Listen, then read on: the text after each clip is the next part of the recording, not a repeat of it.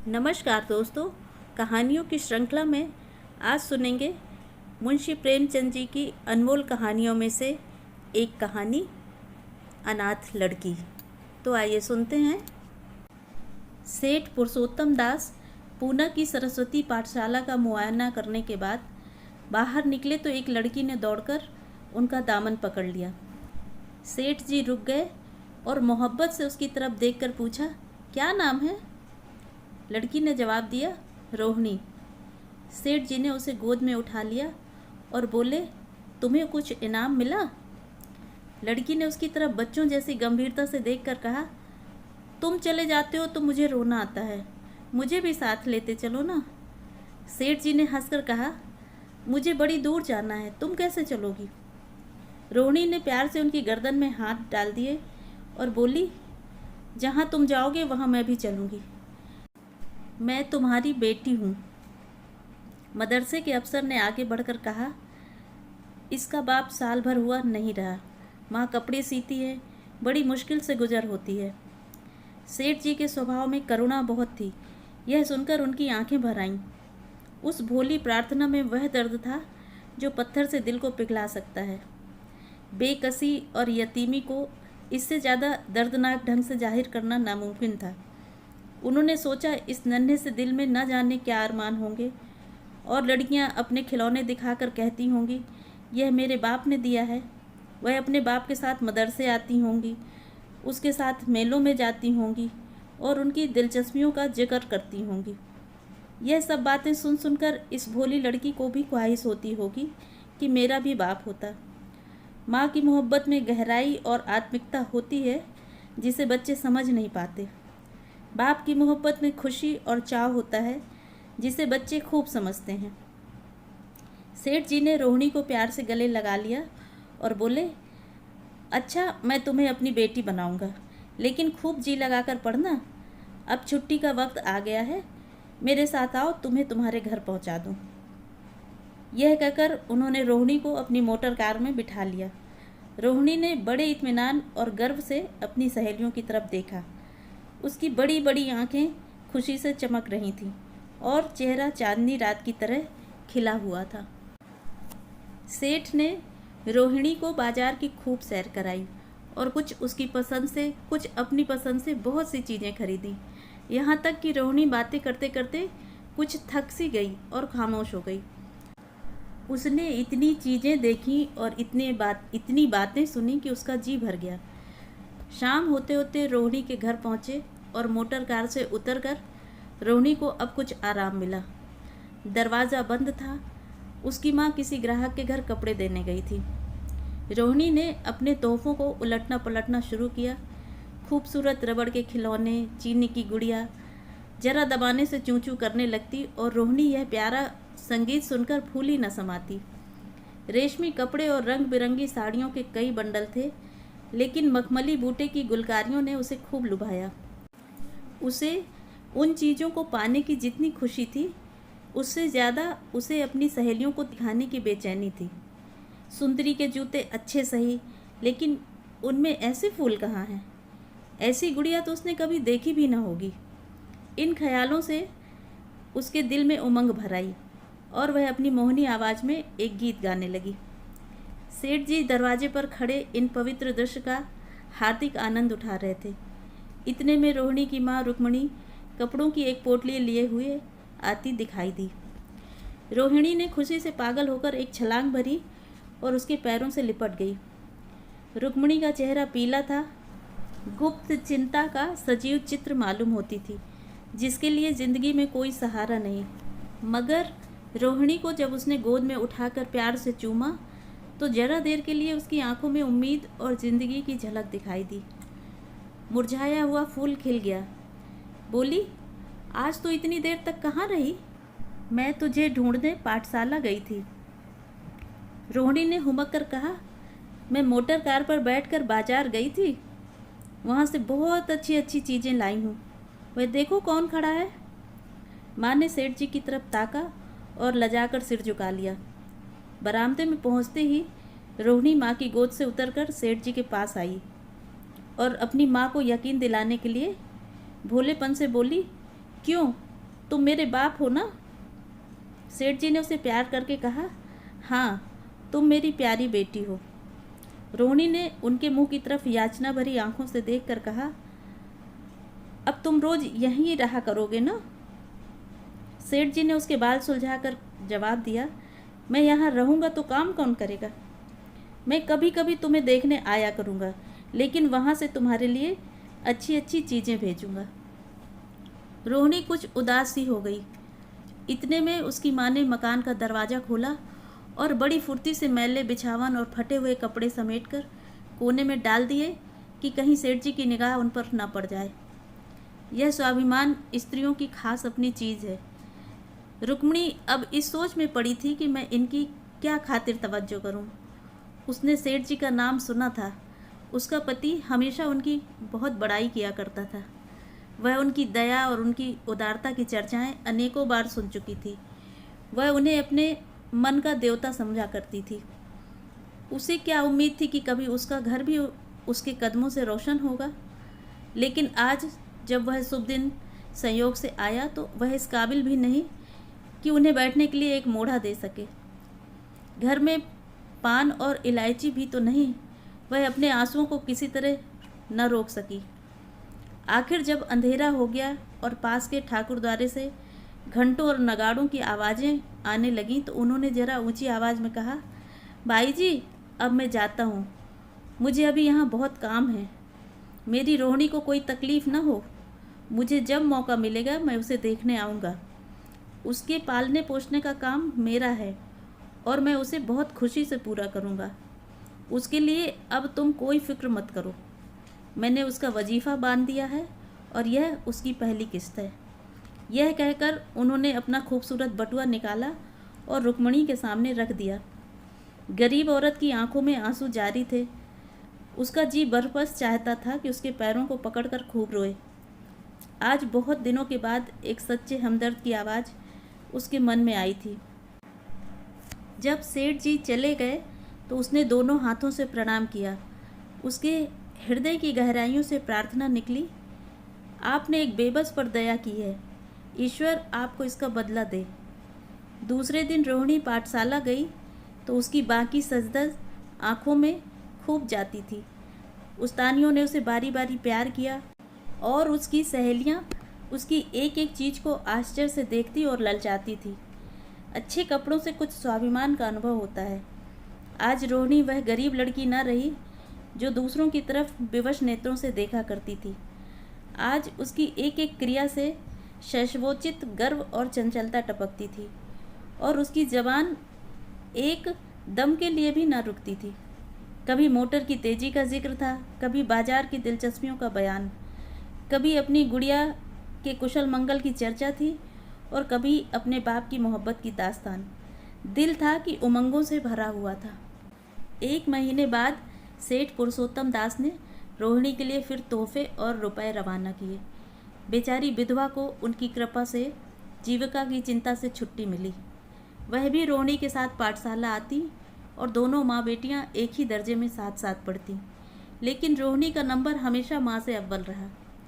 सेठ जी जब भी पूना की तरफ से निकलते तो रोहिणी को देखने जरूर आते और उनका आगमन उसकी प्रसन्नता और मनोरंजन के लिए महीनों का सामान इकट्ठा कर देता। इसी तरह कई साल गुजर गए और रोहिणी ने जवानी के सुहाने हरे भरे मैदान में पैर रखा, जबकि बचपन की भोली भाली अदाओं में एक खास मतलब और इरादों का दखल हो जाता है।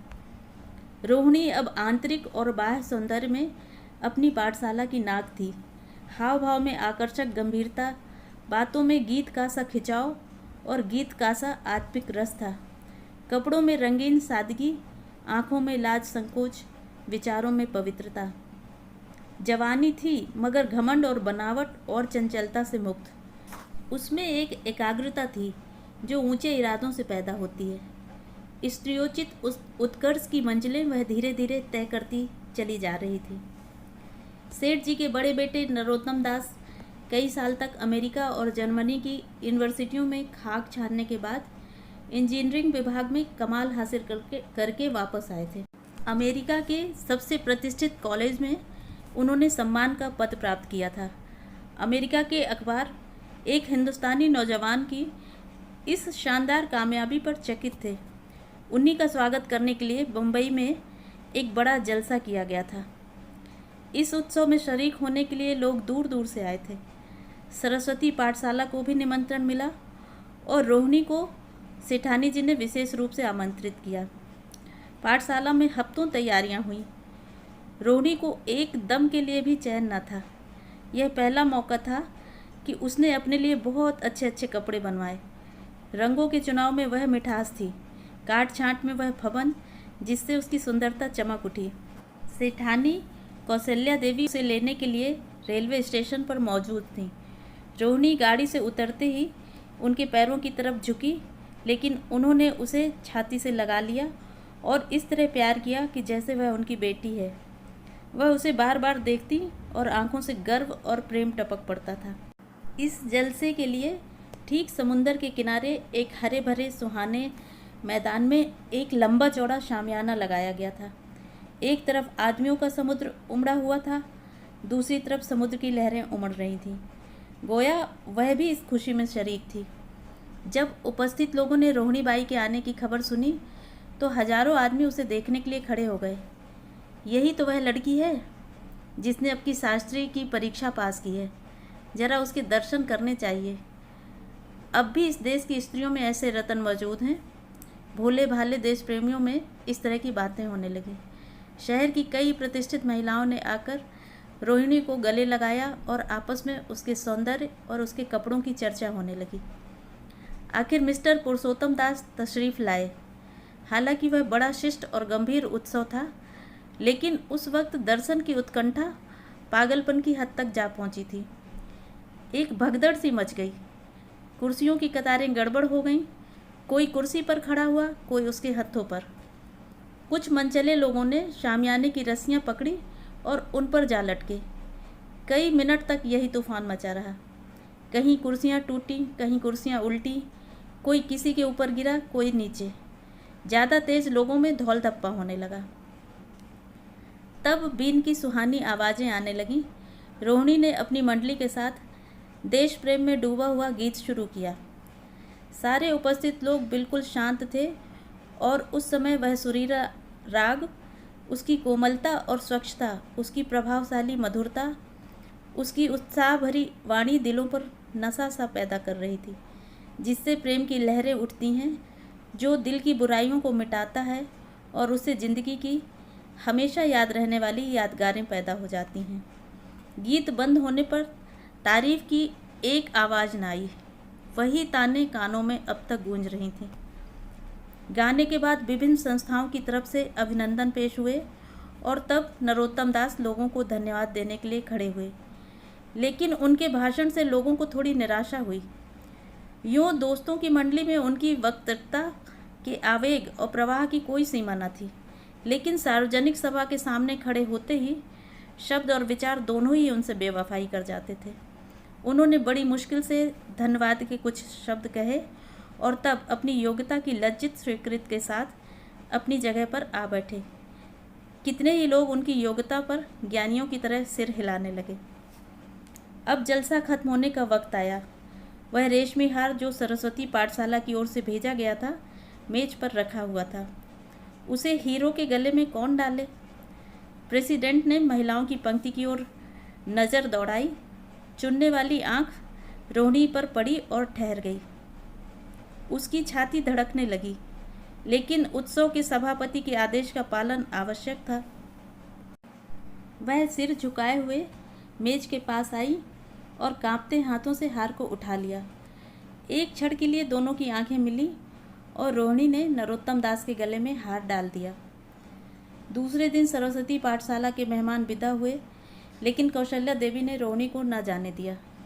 बोली, अभी तुम्हें देखने से जी नहीं भरा। तुम्हें यहाँ एक हफ्ता और रहना है। आखिर मैं भी तो तुम्हारी माँ हूँ। एक माँ से इतना प्यार और दूसरी माँ से इतना अलगाव। रोहिणी कुछ जवाब न दे सकी। वह सारा हफ्ता कौशल्या देवी ने उसकी विदाई की तैयारियों में खर्च किया। 7वें दिन उसे विदा करने के लिए स्टेशन तक आईं।